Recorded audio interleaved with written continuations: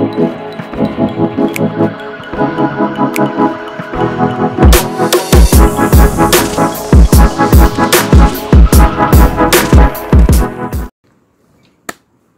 lur, selamat siang menjelang sore, kembali lagi bersama gue AA David.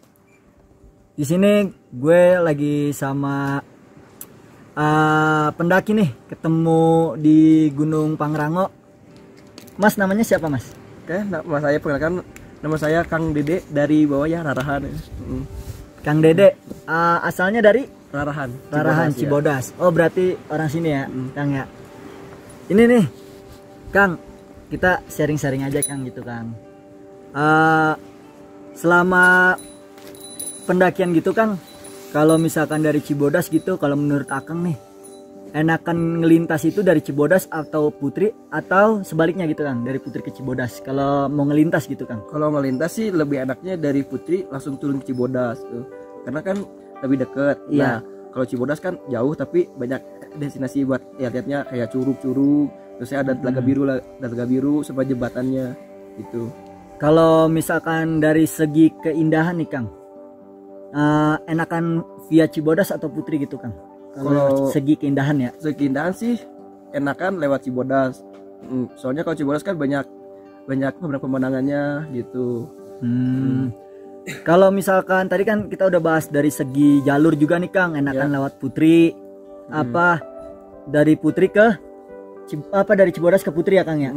Nah, kalau dari segi keindahannya dari Cibodas. Nah, kalau untuk mata air nih Kang, itu paling banyak tuh di Cibodas atau Putri gitu Kang? Kalau mata air sih kebanyakan di Cibodas pasti ya. Cibodas. Soalnya kan pertama di Telaga Biru ada, terus saya di Ciboremnya, terus saya di jalur-jalur yang mau ke air panas gitu.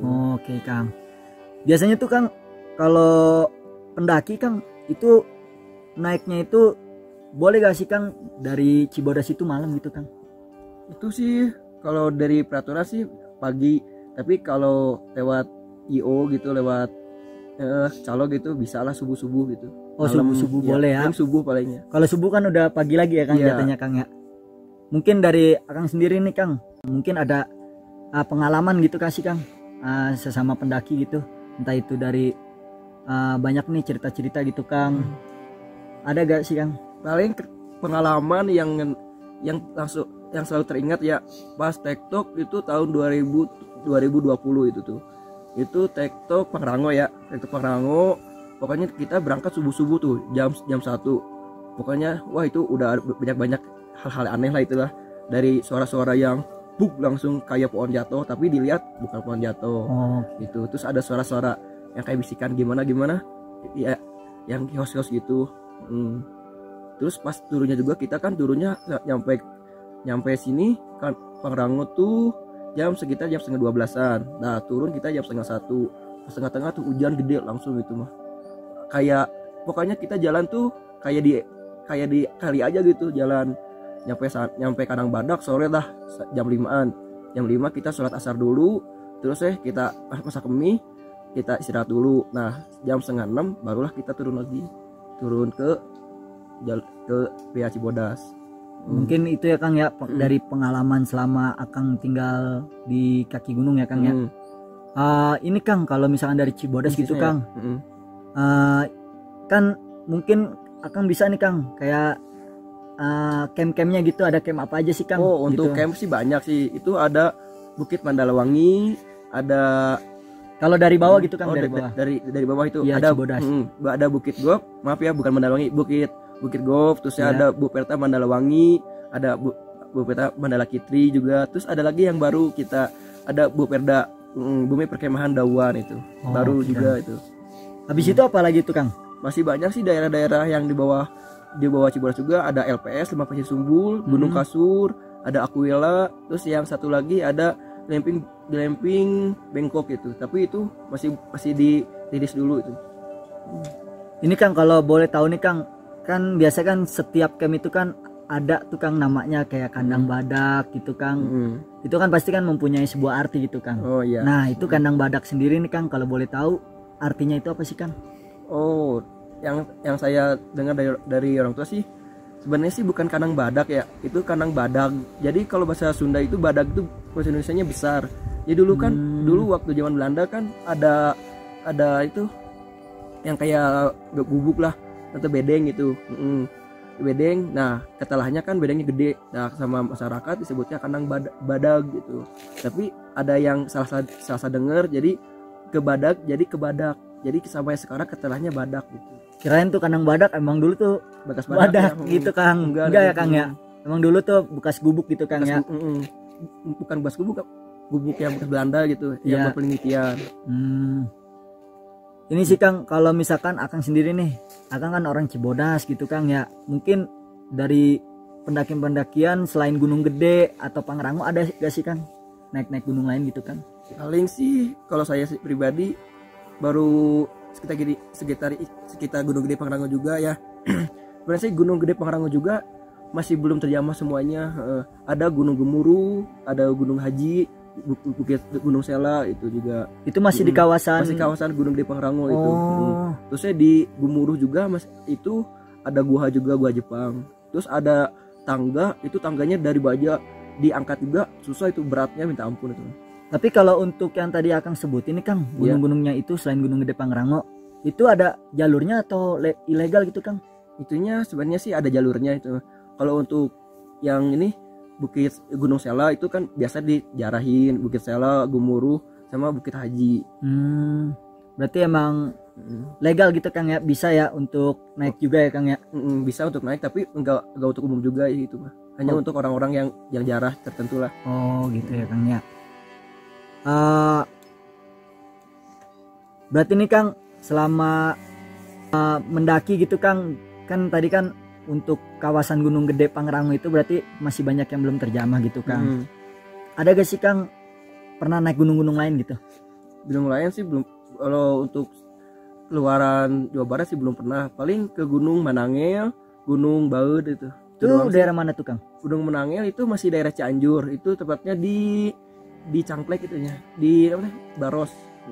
Tapi itu juga sih udah beberapa kecamatan ya, ada Kecamatan Mande sama Kecamatan Baros ya. Gunung Manangil. Kecamatan Baros itu. Oh berarti Akang masih di daerah Jawa Barat aja gitu Kang ya? Masih daerah Cianjur dulu. Soalnya daerah Cianjur juga masih banyak gunung-gunung yang belum kejamah sama tempat-tempat yang buat camping yang bagus-bagus juga. Oh iya benar. Terusnya di Gunung Manangil juga kan ada Sangkyang Tapak sama ada kuburan ratu juga situ. Berarti Akang sendiri mau inilah ya ngejamah dari daerah Cianjur dulu ya, atau Jawa Barat dulu gitu ya Kang ya? Paling khususnya mau Cianjur dulu, soalnya Cianjur juga masih banyak yang gunung-gunung yang belum tahu orang banyak, termasuk saya juga. Oke. Ini Kang, kalau dari Akang sendiri ini Kang, mungkin Akang pernah gak sih ikut organisasi atau komunitas gitu Kang? Kalau komunitas sekarang sih yang saya lebih dari KPGIR gitu. KPGIR. Artinya apa tuh Kang? KPGIR itu Komunitas Pendaki Gunung Indonesia Raya. Korwil Cianjur. Oh, Korwilnya masuknya ke Cianjur ya Kang ya? Iya. Berarti kalau untuk pertemuan gitu ada ya Kang ya? Pertemuan setahun sekali gitu. Setahun sekali ini, terus ada kopdar juga. Mungkin kalau nanjak bareng gitu Kang? Nanjak bareng suka ada, nanjak bareng juga. Tapi kadang-kadang kita juga suka bikin OT juga. Oh, bikin open trip gitu ya Kang ya? Kita gabungan sama base camp, terus sama komunitas. Tapi Kang sendiri nih selama dari Cibodas gitu Kang tinggal, pernah gak sih jadi guide atau ranger gitu Kang? Kalau misalkan ada turis-turis atau wisatawan lokal gitu kan? Kalau wisatawan turis sih belum pernah, tapi kalau lokal untuk porter udah sering porter, terus kayak kalau mau teman-teman mau diantar, ayo kita kaki bareng-bareng gitu. Bisa. Kalau menurut pandangan Akang sendiri nih, perbedaan dari porter sama ranger itu apa tuh Kang?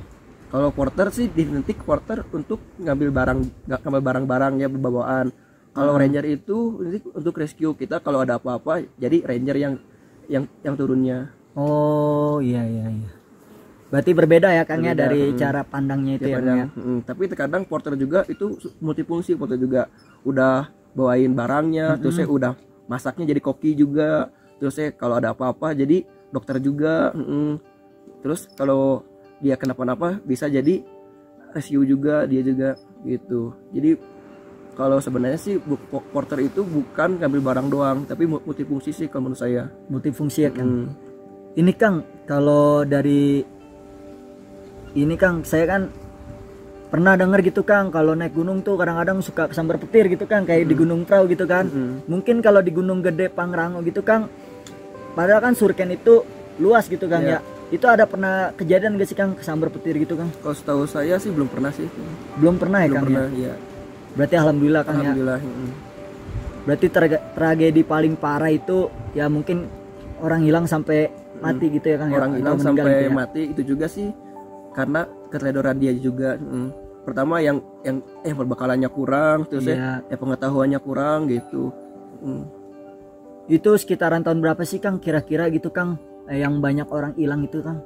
Kalau banyak orang hilang itu dari tahun 2005 ke bawah itu masih banyak orang-orang hilang, tapi sebanyak ada yang suka tutup, terus buka lagi.